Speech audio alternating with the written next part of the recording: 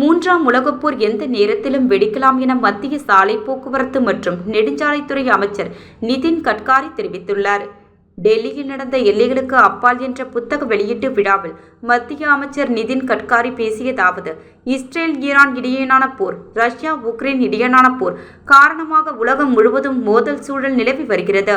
இந்த இரண்டு போர்களின் பின்னணியில் எந்த நேரத்திலும் மூன்றாம் உலகப் போர் வெடிக்கும் வாய்ப்பு உள்ளது. இன்றைய போரில் ஏவுகணைகள், ட்ரோன்கள் மற்றும் அதிநவீன தொழில்நுட்பம் மூலம் பொதுமக்கள் நேரடியாக குறிவைக்கப்படுகிறார்கள். இதற்கெல்லாம் மத்தியில் மனித குலத்தை பாதுகாக்கும் கடினமாகிவிட்டது. பெரும்பாலும் குடியிருப்புகள் மீது ஏவுகணைகள் வீசப்படுகிறது. இது ஒரு கடுமையான பிரச்சனையை உருவாக்கி உள்ளது. மேலும் இந்த பிரச்சனைகள் அனைத்தும் உலக அளவில் விவாதிக்கப்பட வேண்டும். வல்லரசுகளின் சர்வாதிகாரம், நல்லிணக்கம் மற்றும் அன்பை அளித்து வருகின்றன.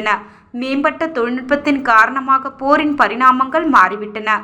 ஏவுகணைகள் மற்றும் ட்ரோன்களின் பயன்பாடு அதிகரித்து வருகிறது. டாக்கிகள் மற்றும் பிற வகை விமானங்களின் பங்களிப்பு குறைந்து வருகிறது.